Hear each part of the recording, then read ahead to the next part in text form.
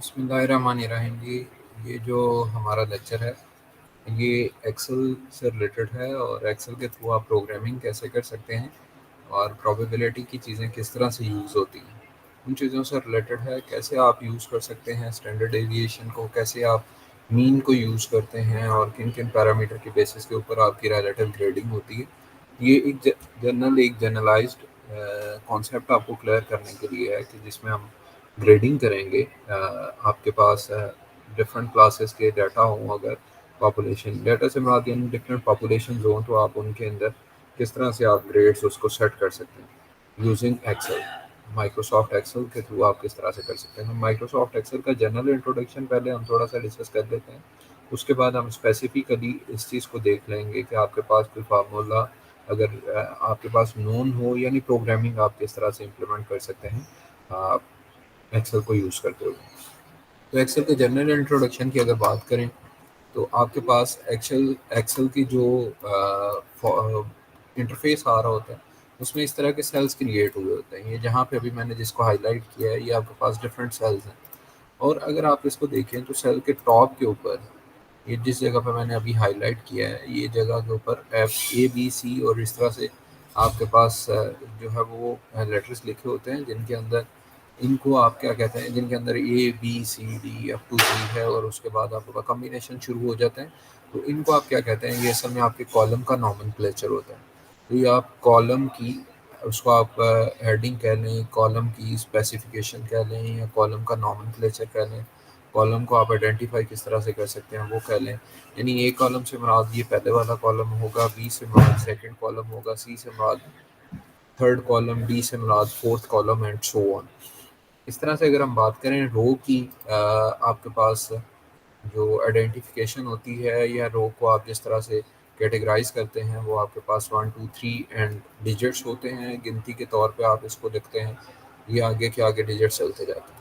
तो अगर किसी एक सेल को हम चूज़ करते हैं, लाइक मैंने अगर इस सेल को चूज़ किया, ये जहाँ पे अभी मेरा कर्सर है मैंने इसको सिलेक्ट किया, तो ये आपको सेल बताएगा कि ये कौन सा सेल है। ये F कॉलम में है और फिफ्थ रो में है। तो ये सेल का जो नॉमेनक्लेचर होगा वो यहाँ पे आपको शो हो रहा होगा F5।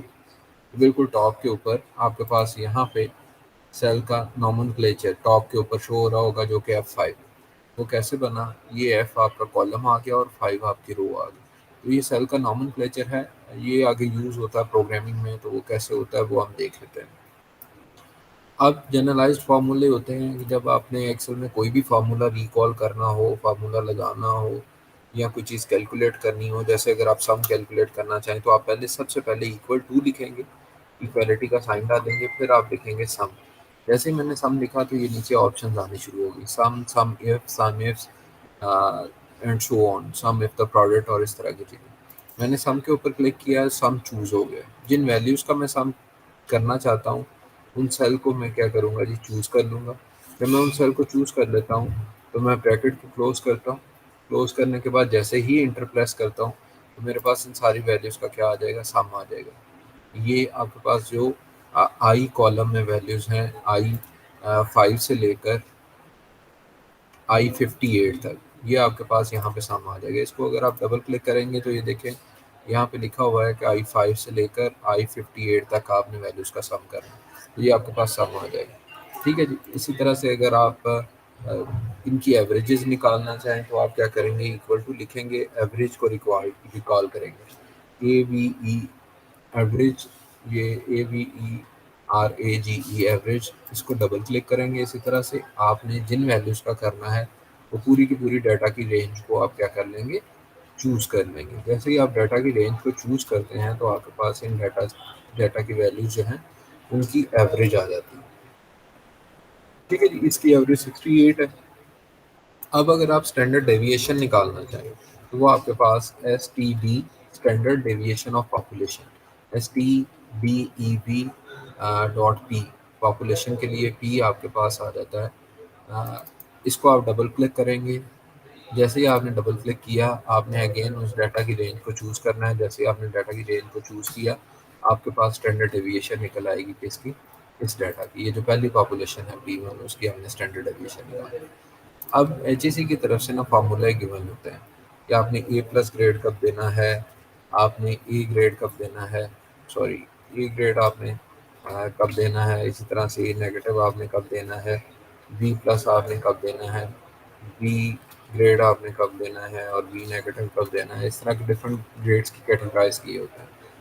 इसके लिए आपके पास फार्मूला होता है कि आपने ये जो ए प्लस है, ये बेसिकली आपके पास फार्मूला इसका ये है कि जो एच का गवर्न फार्मूला है वो ये है कि आपने ये ग्रेड एवरेज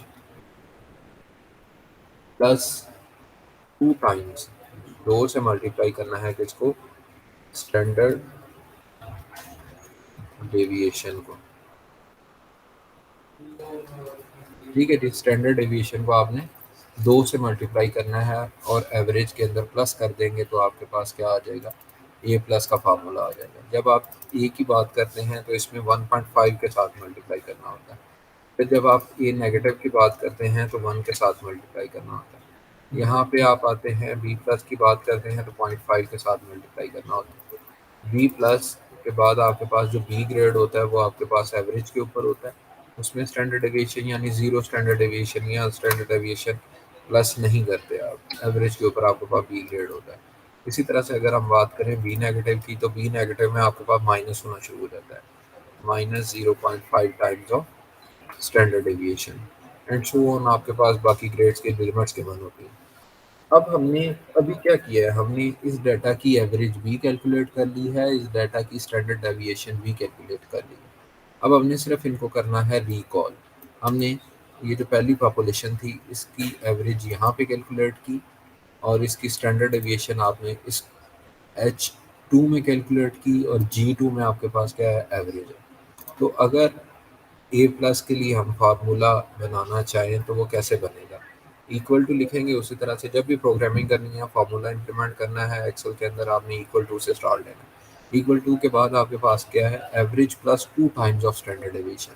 एवरेज आपकी कहाँ पे गिवन है, ये जी वाले में गिवन है, G2 में गिवन है। एवरेज को आपने रिकॉल कर लिया, प्लस आपने क्या करना है, 2 टाइम्स यानी 2 को मल्टीप्लाई करना है इसके साथ, स्टैंडर्ड डेविएशन के साथ। स्टैंडर्ड डेविएशन कहाँ पे गिवन है, H2 में गिवन है। स्टैंडर्ड डेविएशन को मैंने रिकॉल किया और ब्रैकेट को कर दिया क्लोज। 86.7 के ऊपर आपके पास क्या होगा, ए प्लस होगा। इसी तरह से आप अगर ए को करना चाहते हैं, ए कितने के ऊपर अवेलुएट होगा, यानी मिनिमम ए कहाँ पे दिया जाएगा, तो आप उसी तरह से ए के लिए फार्मूला क्या है, average plus 1.5 times of standard deviation, average plus 1.5 times of standard deviation. इसको आपने इनक्लोज कर दिया ब्रैकेट्स के साथ और 81 के ऊपर 81.94 के ऊपर आपके पास क्या आ जाता है, एवरेज ए ग्रेड आ जाता है। इसी तरह से ए नेगेटिव के लिए आप वैल्यूएट कर सकते हैं, बी प्लस के लिए वैल्यूएट कर सकते हैं, बी के लिए वैल्यूएट कर सकते हैं। बी के लिए आपका सिंपल एवरेज के ऊपर ग्रेड होगा तो आपने एवरेज को रिकॉल कर लेना। ठीक है जी, ये आपके पास आ गए ग्रेड्स की बाउंड्रीज। और इन ग्रेड्स को अब आपने यहाँ पे कैसे शो करना है। फर्ज करें हम ये मार्क्स ऑब्टेन जो हैं इनको कॉपी करते हैं। मैंने इसको कॉपी किया और यहाँ पे कर दिया जी पेस्ट। ये स्टूडेंट्स के मार्क्स आ गए। अब यहाँ पे मैंने ग्रेड शो करना। ठीक है, ग्रेड शो करने के लिए आपके पास अगेन आप प्रोग्रामिंग को यूज़ करेंगे। कैसे यूज़ करेंगे, बहुत सिंपल है कि अगर आप लिखेंगे इक्वल टू इफ़ वाली सिंपल लगाएंगे। इफ़ जैसे ही आप लिखते हैं तो आपके पास जो सिंटैक्स आता है उसमें लॉजिक टेस्ट आपके पास सबसे पहले आता है कि आप लॉजिक टेस्ट करना चाह रहे हैं, किस चीज़ का करना चाह रहे हैं। आप इन वैल्यूज़ का, ये जिन वैल्यूज़ के ऊपर वो लॉजिक परफॉर्म करना चाह रहे हैं उस रेंज को चूज़ कर लें। आपने ये रेंज चूज़ की, उसके बाद आपने कॉमा लगाना है। जैसे ही आप कॉमा लगाते हैं तो अगर ये वैल्यू ट्रू हो तो फिर आप क्या जो है वो मतलब शो करवाएं, और अगर ट्रू ना हो तो तब क्या शो करवाएं। इससे अगला सेंटेंस ये होता है, अगर आपकी वैल्यू यानी ये जो वैल्यू यहाँ पे आ रही है इसमें से फ़र्ज़ करें मैं इसको चूज़ करता हूँ C5 को। If C5 is greater than 86.5 86.7 sorry, तो आपने क्या शो करवाना है। सॉरी, ये चूज़ करने की ज़रूरत नहीं है, आप सिंपल ये जो सेल आपका है, इस सेल की वैल्यू अगर 86.7 से ऊपर हो तो आपका ग्रेड कौन सा आना चाहिए? अगर ये ट्रू हो तो आप ए प्लस डिस्प्ले करवाना है। ए प्लस कहाँ पे लिखा हुआ है? यहाँ पे लिखा हुआ है। ठीक है जी, ए प्लस डिस्प्ले करवाना है। अदरवाइज क्या करें? अदरवाइज जब आप कॉमा लगाते हैं तो आप बता दें कि अभी फ़िलहाल के लिए हम ये करते हैं कि डू मैनुअली, आप इसको मैनुअली इसका ग्रेड लगाएंगे। मैं ये करता हूँ। तो ये फ़िलहाल तो एरर आया है, लेकिन इसको देख लेते हैं ये है क्या। अच्छा, डू मैनुअली के लिए आपके पास क्या होगा? आपको इसको इन्वर्टेड कॉमा में लिखना पड़ेगा, क्योंकि जब भी आप वैल्यूज़ के साथ करना पड़ते हैं, मतलब वैल्यूज़ के साथ डील कर रहे होते हैं, तो अगर आप उसके अंदर कोई नेम लिखते हैं, सिंटैक्स लिखते हैं या कोई टेक्स्ट लिखते हैं, तो उसके अंदर आप क्या करते हैं, उस चीज़ के लिए आपको इन्वर्टेड कॉमा में उसको लिखना पड़ेगा। तो अगर हमारी लॉजिक दुरुस्त है, यानी लॉजिक ट्रू है आपकी, तो आपके पास वो डिस्प्ले हो जाएगा ए प्लस ग्रेड। अदरवाइज वो आपको बता देगा जी कि आप इसको मैनुअली जो है वो परफॉर्म करें इसकी ग्रेडिंग। फिर आगे फर्दर आप ग्रेड कर सकते हैं कि अगर वो रॉन्ग होता है तो आप दोबारा देखें कि अगर वो इससे ट्रू है तो बी प्लस लगा दें, सॉरी ए नेगेटिव लगा दें। अगर इससे भी वो ट्रू नहीं है तो फिर आप बी प्लस लगा दें। इस तरह से आगे वो प्रोग्रामिंग हम आहिस्ता आहिस्ता उसको देख लेंगे। जनरल इंट्रोडक्टरी सेशन है, तो इंट्रोडक्टरी सेशन में अभी आपको इतना ही नो हाउ होनी चाहिए। अच्छा, अब आप फार्मूला को ड्रैग भी कर सकते हैं। कैसे कर सकते हैं? फार्मूला की ड्रैगिंग सीख लें, और आपके पास स्टैटिक और डायनामिक रेंज आप किस तरह से रखते हैं। रेंज क्या होती है बेसिकली, पहले वो देख लेते हैं। जैसे यहाँ पे मैंने चूज़ किया एवरेज निकाली मैंने, ठीक है जी। एवरेज के अंदर आपने ये डाटा की एक रेंज चूज़ की, I5 से लेके I58 तक, ये यहाँ पे ये पूरी पूरी रेंज है आपके पास डाटा। तो इस रेंज को अभी आप डायनामिक कहते हैं। डायनामिक कैसे? अगर मैं इस फार्मूला को नीचे ड्रैग करता हूँ इससे निचले वाले सेल पे, ठीक है जी, और उससे अगेन नीचे करता हूँ, तो अब आपके पास यहाँ पे डाटा की रेंज चेंज होगी। देखिए, I6 से लेकर I59 तक जा रही है। ठीक है जी, I6 से लेकर, पहले I5 से लेकर I58 तक थी। जैसे आपने इसको ड्रैग किया नीचे की तरफ, तो आपके पास क्या हुआ कि वो जो रेंज के सेल्स थे वो भी नीचे की तरफ ड्रैग होना शुरू हुए। तो इस चीज़ को ख़त्म करने, इसको कहते हैं डायनामिक रेंज।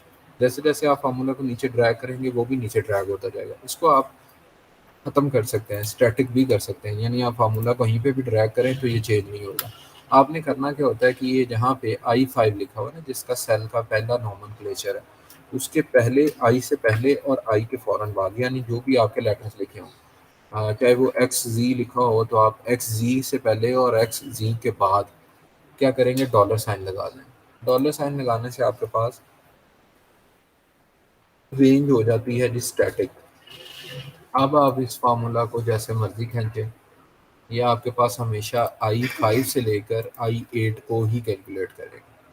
कभी भी ऐसा नहीं करेगा कि I5 की बजाय वो क्या करना शुरू कर दें, I6 से काउंट करना। जैसे आप नीचे खींचते तो I6 से काउंट करना चाहिए।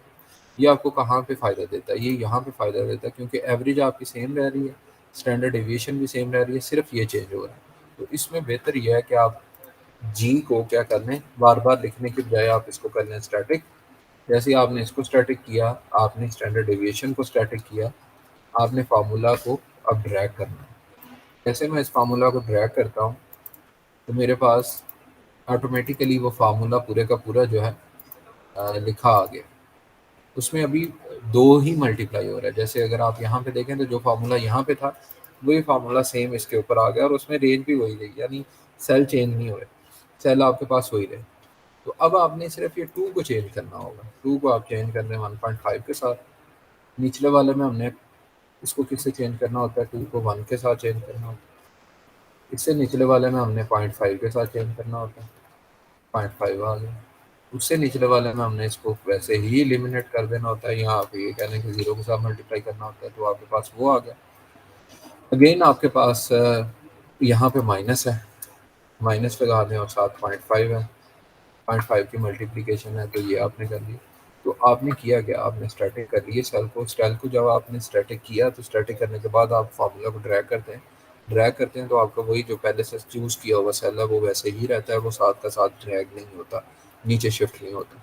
तो ये बेसिक बेसिक है, बिल्कुल बेसिक्स हैं प्रोग्रामिंग की। इससे रिलेटेड आपको एक प्रोजेक्ट भी असाइन किया जाएगा, उसमें आपने ग्रेडिंग खुद करनी होगी और ग्राफ जो है इसके बनाने होंगे। कैसे बनाएंगे वो आहिस्ता आहिस्ता सीख लेंगे।